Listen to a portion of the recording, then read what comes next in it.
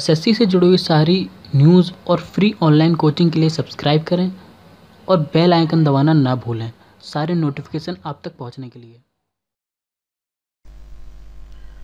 Hi friends, welcome to SSC mindset. एक बार फिर आप लोगों का स्वागत है एसएससी माइंडसेट में। और ये वीडियो है हमारी 100 एमसीक्यूज ऑन पॉलिटी, ठीक है, फॉर एसएससी सीजीएल। ये हमारी इस सीरीज़ का पहला पार्ट है। इस सीरीज़ में मैं कोशिश करूँगा कि कम से कम 50 क्वेश्चन मैं कवर करूँ, ठीक है। पहले ही वीडियो में और सेकंड वीडियो में फिर मैं 50 क्वेश्चन कवर करने की कोशिश करूँगा, ठीक है। देखिए, हो सकता है कि मैं 50 से थोड़ा कम करूँ सॉरी, ठीक है। तो अब ये मत सोचिएगा कि मैं कंप्लीट नहीं कराऊंगा, मैं कंप्लीट कराऊंगा। और आज 1 तारीख है, 5 तारीख से एग्ज़ाम हमारे शुरू हो रहे हैं, तो मैं कोशिश करूंगा कि हमारे सारे जो सीरीज़ हैं हमारी, जो मेरी हिस्ट्री की चली रही है, पॉलिटी की है, इकॉनमी की और स्टार्ट कर रहा हूँ, ठीक है। तो लगभग जनरल नॉलेज का देखिए मैंने लगभग सारा से सारा पार्ट कवर कर लिया है, ठीक है। और उसके बाद मैथ का तो मैं नहीं करा पाया क्योंकि मेरे पास इक्विपमेंट नहीं थे, पर फिर भी मैं कोशिश करूँगा कि कुछ इंपॉर्टेंट क्वेश्चंस और उनकी ट्रिक्स मैं आपको एंड टाइम पे बता दूँ, ठीक है। तो आज तो नहीं बता पाऊँगा, पर कल या परसों में मैं आपको एक वीडियो जिसमें लगभग 15 से 20 क्वेश्चन होंगे मैथ के, जिसमें मैं आपको उनकी इम्पोर्टेंट ट्रिक्स बताने की कोशिश करूँगा, ठीक है। ऐसी 2-3 वीडियोज़ में डाल दूँगा जिसमें मैथ के आपके क्वेश्चंस और उनकी ट्रिक्स होंगी, ठीक है। बाकी ये हमारा सीरीज़ जो है पॉलिटी और हिस्ट्री का चल रहा है, ये हमारा कंप्लीट हो ही जाएगा, ठीक है। तो चलिए स्टार्ट करते हैं बिना कोई वक्त गवाए हुए। तो जैसा कि आप देख रहे हैं हमारा जो पहला क्वेश्चन है वो क्या है, ठीक है। और देखिए, सब्सक्राइब आप कर दीजिए क्योंकि बार बार आपको सिर्फ नोटिफिकेशन पहुँचे इन वीडियोज़ का तो अच्छा नहीं लगता। आप सब्सक्राइब कर दीजिए, जिससे क्या है कि कोई भी मैं वीडियो डालूंगा आपको तुरंत पता लग जाएगा। और देखिए, ये मत सोचिएगा कि सीजीएल ख़त्म होने के बाद ये चैनल धीमा पड़ जाएगा। कुछ चैनल हैं मैंने देखे हैं जिन्होंने क्या हुआ, थोड़ा सा टाइम चला और फिर उसके बाद वो बंद हो गए। क्यों? क्योंकि उसमें इनकम नहीं हो रही थी। तो ये चैनल इनकम के लिए नहीं है, ये चैनल सिर्फ आप लोगों के लिए है, ठीक है। इनकम आज तक मुझे नहीं मिली है, पर मैं इनकम चाहता भी नहीं हूँ, ठीक है। जब आएगी तब आएगी, पर हमारा काम चलता रहेगा, ठीक है। तो पहला क्वेश्चन क्या है देखिए।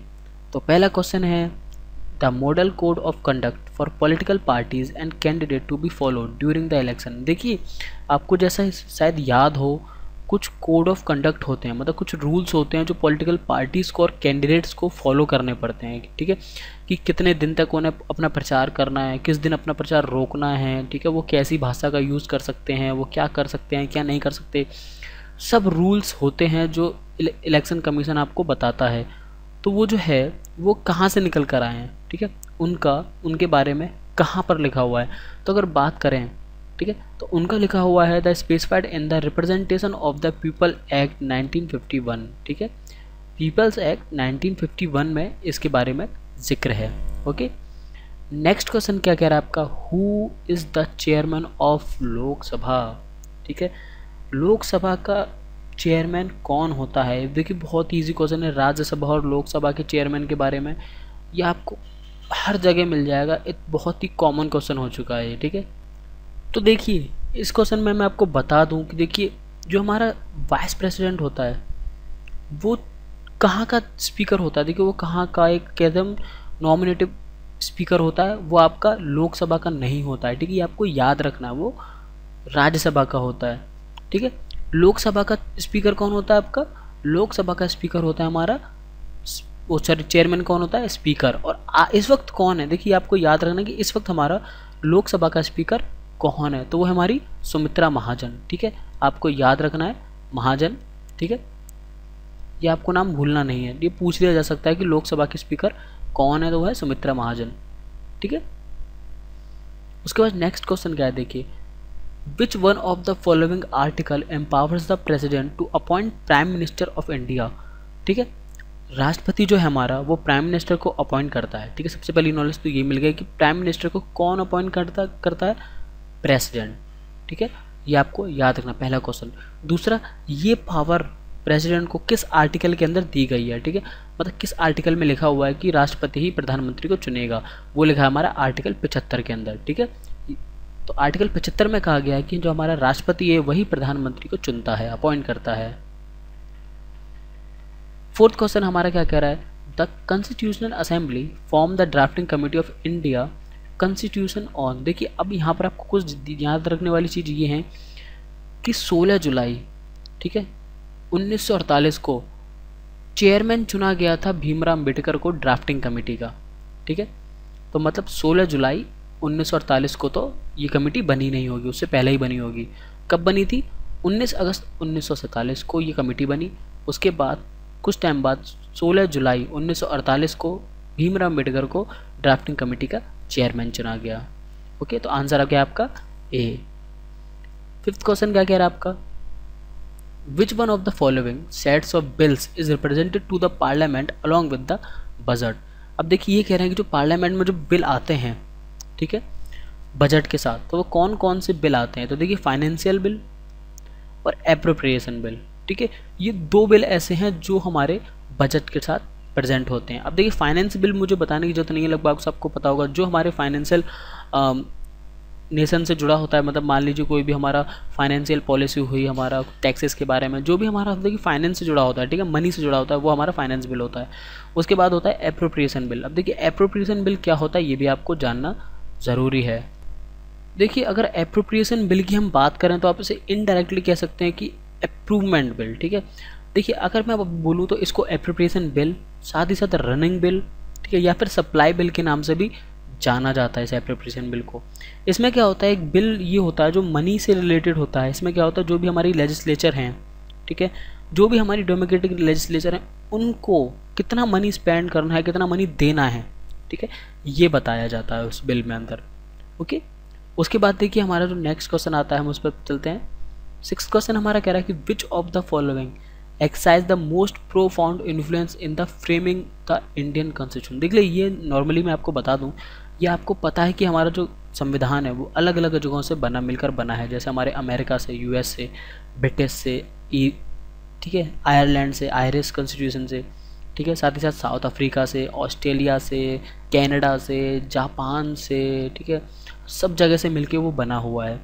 पर सबसे बड़ा हिस्सा हमारे संविधान में कहाँ से लिया गया है, ठीक है, तो वो हमारे संविधान में लिया गया है the government of India act 1935, जो ब्रिटिश सरकार लेकर आई थी 1935 में, जो हमारा बना था एक गवर्नमेंट ऑफ इंडिया एक्ट, जिसको हम छोटा संविधान भी एक तरह से कह सकते हैं, क्योंकि लगभग 30 से 35% हमारा जो संविधान है वो इसके अंदर से आया हुआ है, ठीक है।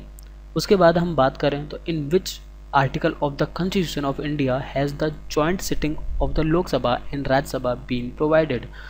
उनका कहने का सीधा मतलब ये है कि ऐसे किस आर्टिकल में लिखा हुआ है कि लोकसभा और राज्यसभा की जो जॉइंट सिटिंग है। जॉइंट सिटिंग का मतलब कभी कभार क्या होता है, राष्ट्रपति जॉइंट सिटिंग बुला लेता है, मतलब दोनों सभाओं को एक साथ बैठा देता है। कभी कभार आपने देखा हो ना, स्कूलों में असेंबली होती है, असेंबली में क्या होता है, सारी क्लासेस को मिक्स कर देते हैं। बस उसी तरह जब हमारा जो प्रिंसिपल है, मतलब प्रेसिडेंट, असेंबली बुलाता है, मतलब जॉइंट सिटिंग बुलाता है, क्लासेस की मतलब लोकसभा और राज्यसभा को दोनों को मिला देता है। ये किस आर्टिकल के अंदर लिखा हुआ है? ये लिखा हुआ है 108। अब 108 से आप ये याद रख सकते हैं कि हमारे माला में 108 मोती होते हैं। जब हम 108 मोतियों की माला जप लें तो हमारी जॉइंट सिटिंग हो जाती है, ठीक है, लोकसभा और राज्यसभा की हो जाती है, ठीक है। नेक्स्ट है आपका a money bill passed by the Lok Sabha is deemed to have been passed by the Rajya Sabha also when no action is taken by the upper house within, ठीक है। अब ये पूछा है कि देखिए अगर कोई मनी बिल है जो पास कर दिया गया है लोकसभा से, ठीक है, और अब वो पास होना है राज्यसभा से, तो उनको कितने दिन का टाइम दिया जाता है कि यार उसको पास करें, मतलब कोई एक्शन ले, पास करें या ना करें, ठीक है। तो उनको दिया जाता है 2 हफ्ते यानी 14 डेज़ का, ठीक है। ये आपको याद रखना, ये बहुत पूछा जाता है। मनी बिल देखिए बहुत इंपॉर्टेंट बिल है, हर एग्ज़ाम में मनी बिल से लेकर पूछ लिया जाता है बहुत सारे बिल में कि कौन सा बिल लोकसभा में पूछा जा सकता है, कौन सा ऐसा बिल है जो मनी बिल है या नहीं बिल है, वो कौन डिसाइड करता है। ऐसे कई सवाल मनी बिल से रिलेटेड बनते हैं। Name the committee of formulating the framework of restructuring railways. देखिए रेलवे को रीस्ट्रक्चर करना मतलब रेलवे का द्वारा पुनर्गठन करना, ये फ्रेमवर्क किस कमेटी ने मिलकर बनाया था, ठीक है, तो वह हमारी राकेश मोहन कमेटी, ठीक है। कौन है? राकेश मोहन कमेटी। उसके बाद नेक्स्ट क्वेश्चन हमारा आता है कि who among the following is are not appointed by the president of India. देखिए इन सब में से ऐसा कौन है जिसको प्रेसिडेंट ऑफ इंडिया, ठीक है, अपॉइंट नहीं करता है, ठीक है। राष्ट्रपति इनमें से किसको अपॉइंट नहीं करता है। देखिए गवर्नर्स को अपॉइंट वो करते हैं, चीफ जस्टिस और जजेस जो हाई कोर्ट के हैं उनको भी राष्ट्रपति अपॉइंट करता है, और चीफ जस्टिस और जजेस जो हमारे सुप्रीम कोर्ट के हैं इनको भी राष्ट्रपति करता है। देखिए सिर्फ एक वाइस प्रेसिडेंट है जिसको प्रेसिडेंट अपॉइंट नहीं करता है, वो इलेक्शंस के थ्रू ही अपॉइंट होते हैं, ठीक है। तो आपको ये याद रखना है। उसके बाद देखिए नेक्स्ट क्वेश्चन हमारा बनता है विच ऑफ द फॉलोइंग, ठीक है, committees are committees of parliament, ठीक है। कौन सी कमिटीज़ ऐसी हैं जो कमिटी ऑफ पार्लियामेंट के नाम से जानी जाती हैं, मतलब पार्लियामेंट की कमिटीज़ कौन कौन सी हैं इनमें से। पहला है public account committee, estimates committee, committee on public undertaking, ठीक है। अब इसमें से आपको बताना है कि कौन सी हैं। तो देखिए मैं आपको बता दूं कि तीनों ही कमिटी पार्लियामेंट के अंदर आती हैं, ठीक है। पब्लिक अकाउंट्स कमेटी हुई आपकी, एस्टिमेट्स कमेटी हुई, या फिर आपकी कमिटी ऑन पब्लिक अंडरटेकिंग हुई। देखिए ये सारी जो है ना, ये एक तरह से सोशली कहीं ना कहीं पब्लिक से जुड़ी हुई है, ठीक है। पब्लिक अकाउंट हुआ आपका, पब्लिक अंडरटेकिंग हुआ, एस्टिमेट्स कमेटी भी आपकी कितना खर्चा क्या कहाँ क्या हो रहा है सब चीज़ का एस्टिमेट रखने वाली कमेटी वही होती है, ठीक है। तो आंसर क्या आपका ए, फर्स्ट सेकंड एंड थर्ड, तीनों ही कमेटी आपकी पार्लियामेंट ऑफ कमिटी या कमिटी ऑफ पार्लियामेंट के अंदर आती हैं। The chief election commissioner of India holds office for a period of, देखिए अब इसमें पूछा गया है कि जो आपका चीफ इलेक्शन कमिश्नर होता है, ठीक है, इलेक्शन कमीशन का जो आपका चीफ होता है वो कब तक ऑफिस को होल्ड करता है, मतलब कब तक उसकी ड्यूटी रहती है। तो देखो आपको ये याद रखना है कि वो 6 साल के लिए, ठीक है, 6 साल के लिए उसकी ड्यूटी रहती है, या फिर 65 साल के लिए, ठीक है। जो इनमें से पहले हो जाएगा उसका रिटायरमेंट हो जाएगा। देखिए अब एग्जाम्पल के तौर पर कोई बंदा है जो 50 साल की उम्र में लगा, उसने 6 साल जॉब करी और 56 साल की उम्र में हट गया, ठीक, तो उसने पूरे 6 साल जॉब कर ली। पर कोई बंदा है जो है ही 62 साल का, 62 ईयर्स का है, ठीक है, और अब उसको इलेक्शन कमिश्नर की जॉब पे बैठा दिया, तो वो क्या है, वो सिर्फ 3 साल ही जॉब करेगा, 6 साल नहीं करेगा। क्यों? क्योंकि जो मैक्सिमम एज है वो 65 ईयर्स है, ठीक है। तो ये आपको याद रखना है। नेक्स्ट क्वेश्चन है आपका कि Kamaraj plan was a plan formulated in 1963, ठीक है। देखिए कामराज प्लान जो आपका था, पहले तो आपको ये जानना है कि ये था किस बारे में और ये है क्या। देखिए मैं पहले तो आपको बता दूं कि ये जो कामराज प्लान था वो पड़ा था हमारे के कामराज के नाम पे। किसके नाम पे? के कामराज। के कामराज मतलब कुमार स्वामी कामराज, जो चीफ मिनिस्टर थे, ठीक है, कहाँ के? मद्रास के, और एक लीडिंग पॉलिटिशियन थे इंडियन नेशनल कांग्रेस के, ठीक है। उन्होंने क्या करा, रिज़ाइन दे दिया था, ठीक है, कब? 1963 में। किससे? अपनी पोस्ट से, ठीक है, गवर्नमेंट को छोड़ने के लिए। और उनसे कहा गया था कि वो काम करें पार्टी के लिए, जो पार्टी को और रीबिल्ड करें, ठीक है। तो ये था पूरा एक कामराज प्लान, जहाँ पर एक चीफ मिनिस्टर को उन्हीं की पार्टी ने कहा था कि पार्टी की पोस्ट से छोड़ें और पार्टी को रीबिल्ड करें, ठीक है। तो ये था आपका कामराज प्लान, ठीक है। तो देखिए अब आगे हम चलते हैं। तो आगे हमारा क्वेश्चन क्या कह रहा है, the tenure of every panchayat shall be for 5 years from the date of. अब देखिए पंचायत का कार्यकाल कब तक रहता है। देखिए पंचायत के चुनाव हुए, एक ग्रुप पंचायत में जीत गया, तो अब उसका टाइम कब तक रहेगा? 5 साल का रहेगा। पर किस दिन से रहेगा? जिस दिन वो जीता, जिस दिन उन्होंने पहली मीटिंग रखी, ठीक है, या फिर जब उन्होंने कुछ काम करना स्टार्ट किया। ऐसे कई सारे ऑप्शन हो सकते हैं, ठीक है। तो या फिर वो जिस दिन शपथ लेते हैं, ठीक है। तो देखिए पंचायत का टाइम तब से शुरू हो जाएगा जिस दिन वो जीते थे, जिस दिन इलेक्शन का रिजल्ट आया था, ठीक है, उसी दिन से उनके 5 साल शुरू हो जाएंगे। तो क्या है? Declaration of election of results. Option क्या है आपका? ए। 15th क्वेश्चन क्या कह रहा है आपका, what does article 17 of the constitution से। देखिए आर्टिकल 17 क्या कहता है। आर्टिकल 17 की अगर मैं बात करूं तो देखिए आर्टिकल 17 आपका कहता है अनटचेबिलिटी इज एबोलिश्ड, ठीक है, the practice of untouchability is forbidden, या practice untouchability is an offence, ठीक है। इनमें से कौन सा सही है, या फिर ऑल ऑफ द अबव, या फिर चारों ही सही हैं। तो देखिए जो आपका आर्टिकल 17 है वो है एबोलिशन ऑफ अनटचेबिलिटी, ठीक है, मतलब छुआछूत को ख़त्म करना, कि हम इसको नहीं छुएंगे, ये नई जाति का, ये सब देखिए इसकी जाति या किसी को लेकर किसी को छुआछूत के एक पैटर्न में बांधना बहुत गलत है, ठीक ठीक है, ये हमारा आर्टिकल 17 कहता है। तो इसमें देखिए अनटचेबिलिटी इज़ एबोलिश्ड, ये भी हमारा आता है।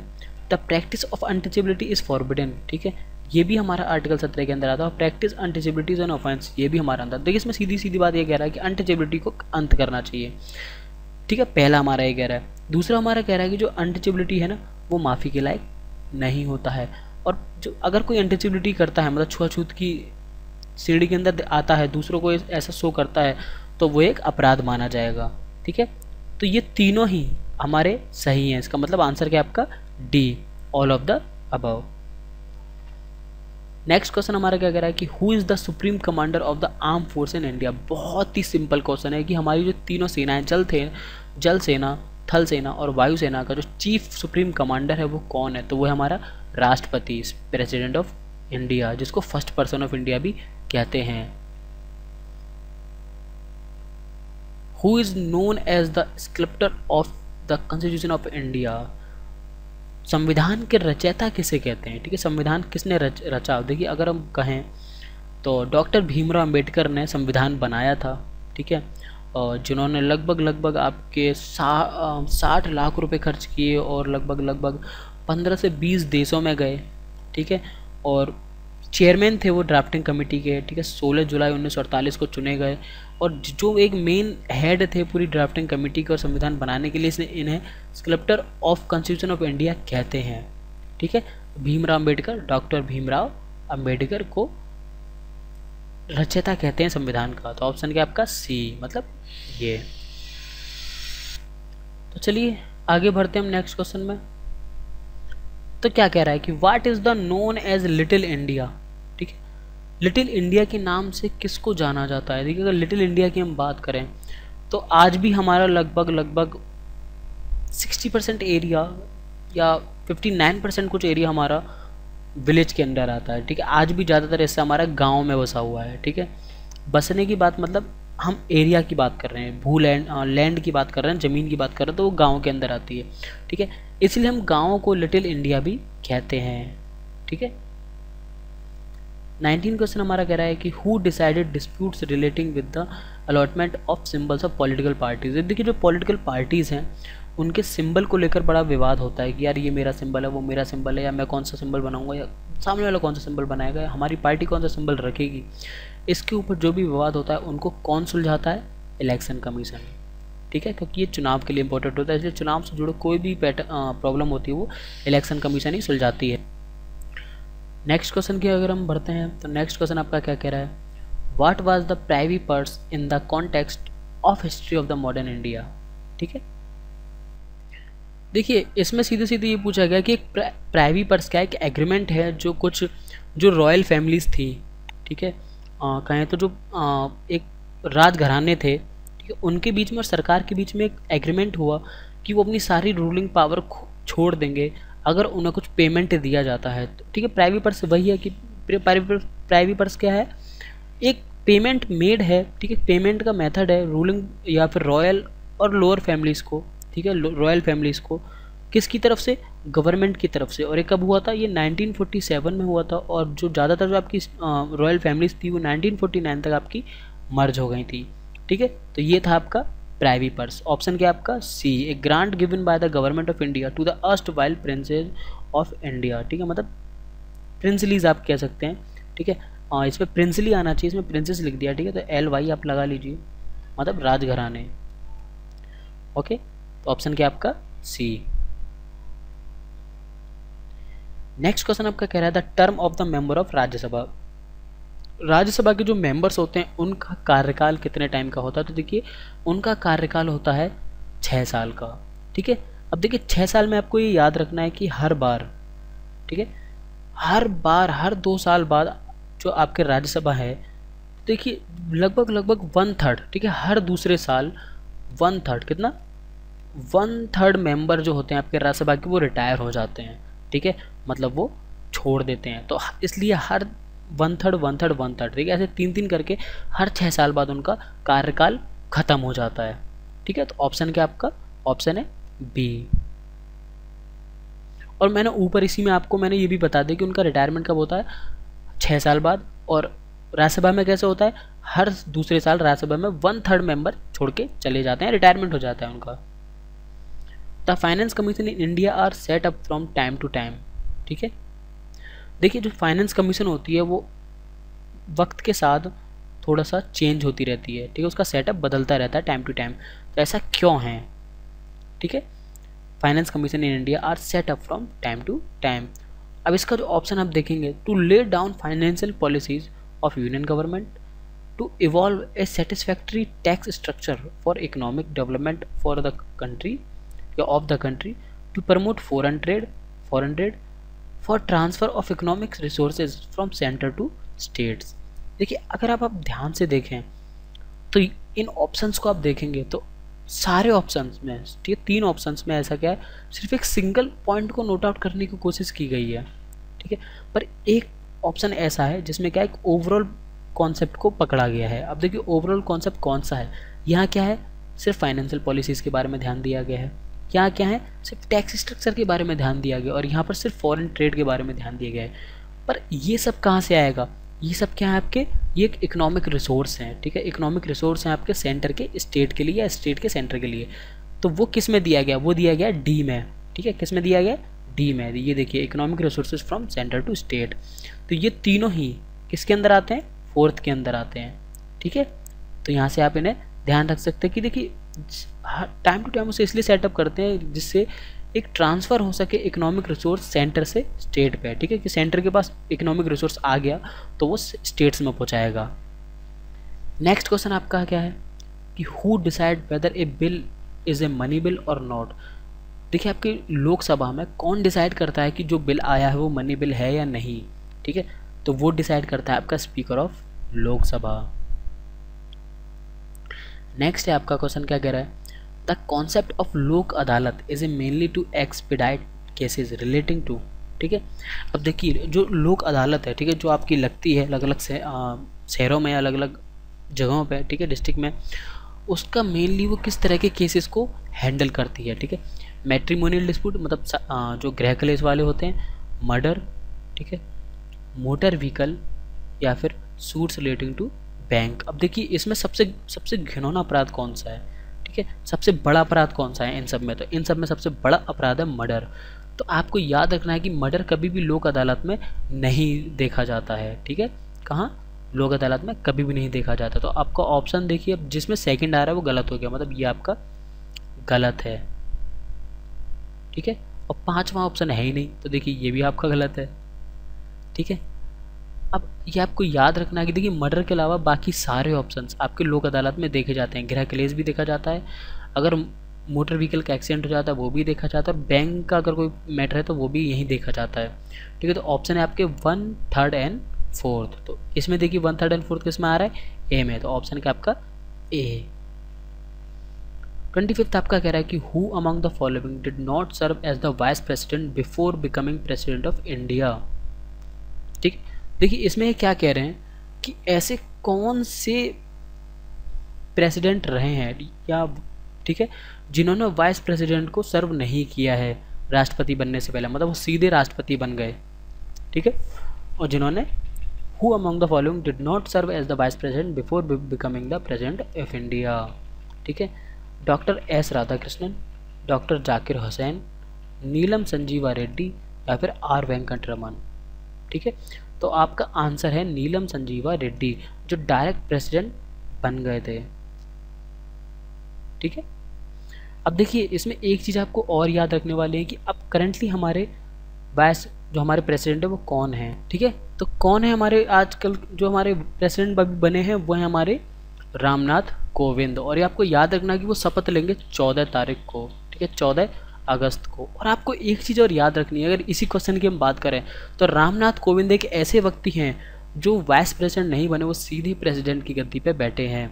अगर कभी कभार कोई ऑप्शन आता है जहाँ पर नीलम संजीवा रेड्डी की बजाय रामनाथ कोविंद लिखा हो, तो आपको रामनाथ कोविंद पे टिक करना है। क्यों? क्योंकि वो भी ऐसे इंसान है जो वाइस प्रेसिडेंट की बजाय सीधे प्रेसिडेंट बने हैं। नेक्स्ट क्वेश्चन हमारा क्या कह रहा है, a federal structure of India was first put forward by the. अब देखिए आपको ये क्या कह रहे हैं कि जो हमारा एक फेडरल स्ट्रक्चर था, ठीक है, फेडरल का मतलब जो हम कह सकते हैं ना टू पावर, ठीक है, और एक सेंटर की और स्टेट की। तो ये पहली बार कौन से आर्टिकल में या कौन से एक्ट में या फिर कहाँ देखा गया था इंडिया में? तो ये देखा गया था एक्ट ऑफ 1919, ठीक है।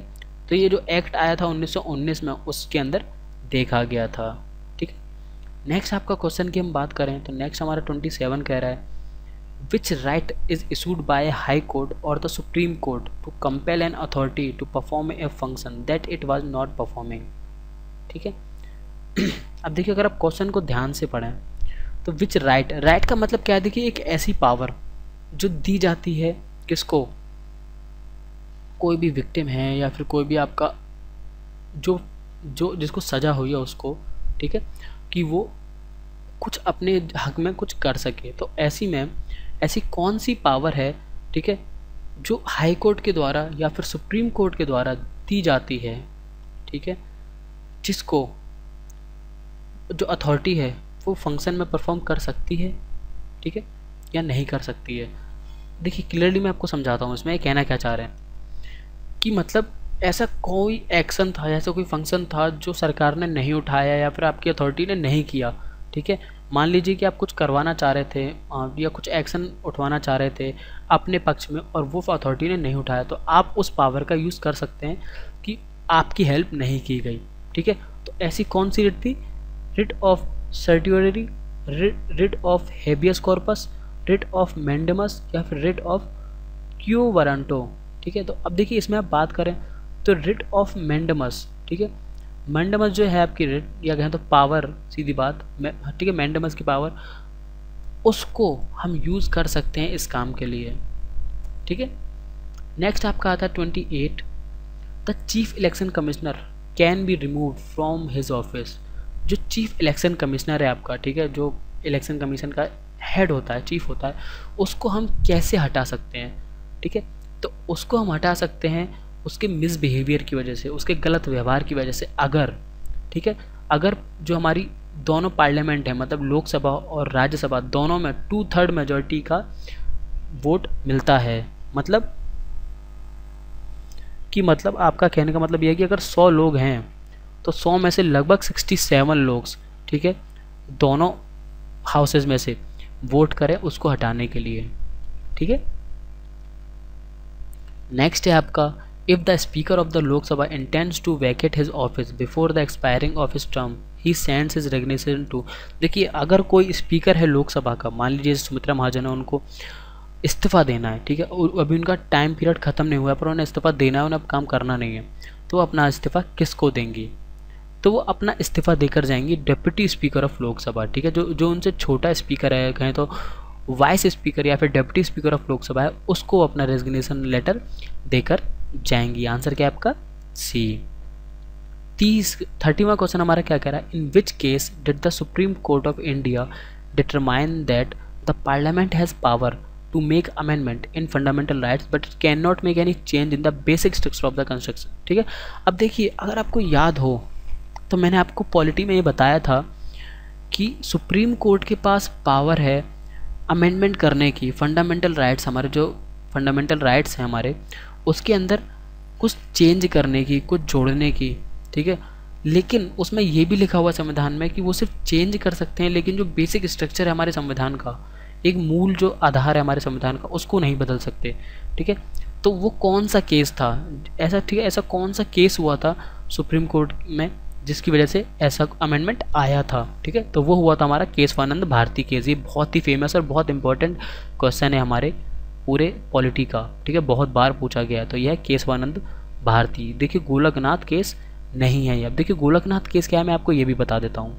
देखिए अब इन दोनों में अंतर क्या है? देखिए दोनों फंडामेंटल राइट से जुड़े हुए हैं, ठीक है, गोलकनाथ भी और केशवानंद भारती भी। पर इसमें यह है कि केशवानंद भारती का जो केस था वो सुप्रीम कोर्ट के खिलाफ था, ठीक है, और जो गोलकनाथ का केस है वो पंजाब सरकार के खिलाफ था, ठीक है। किसके खिलाफ? पंजाब सरकार के खिलाफ था। और उसने सुप्रीम कोर्ट में केस किया था कि पंजाब सरकार जो है वो फंडामेंटल राइट्स को बिल्कुल वही किसी चेंज कर सकती है, कुछ ऐड कर सकती है, लेकिन जो बेसिक स्ट्रक्चर है उसको नहीं बदल सकती, ठीक है। तो बिल्कुल वही था, बस यह है कि सुप्रीम कोर्ट, देखिए जहाँ पर सुप्रीम कोर्ट आ जाए, ठीक है, और पार्लियामेंट आ रही है, देखिए पार्लियामेंट आ रही है, पंजाब सरकार नहीं आ रही है, दोनों में अंतर है, ठीक है। पार्लियामेंट प्लस सुप्रीम कोर्ट और आपकी पंजाब सरकार, ठीक है। देखिए अब ये आपको याद रखना है कि पार्लियामेंट के पास जो पावर है वो केशवानंद भारती की वजह से है, और जो हमारी गवर्नमेंट होती है, स्टेट गवर्नमेंट हमारी, ठीक है, पंजाब सरकार जो थी, वो किस केस के अंदर आई थी? वो आई थी गोलकनाथ के अंदर, ठीक है। तो ऑप्शन क्या है आपका? बी, केशवानंद भारती केस, ठीक है। तो देखिए यहाँ पर हमारे 30 क्वेश्चन खत्म होते हैं और 30 मिनट हो गए हैं, तो लगभग मैंने 1 मिनट पर क्वेश्चन के लिए लिया है, और जितना हो सकता है तो उन्होंने डिटेल में आपको बताया भी है। तो आई होप कि आपको वीडियो पसंद आई होगी। अगर पसंद आई है तो यार प्लीज़ इस वीडियो को लाइक कीजिए। कुछ पूछना है मुझसे, कुछ भी आपका कोई सवाल है तो कमेंट कीजिए, और सब्सक्राइब करना ना भूलें। तो फिर मिलते हैं नेक्स्ट वीडियो में, तब तक के लिए bye, thanks for watching and वंदे मातरम।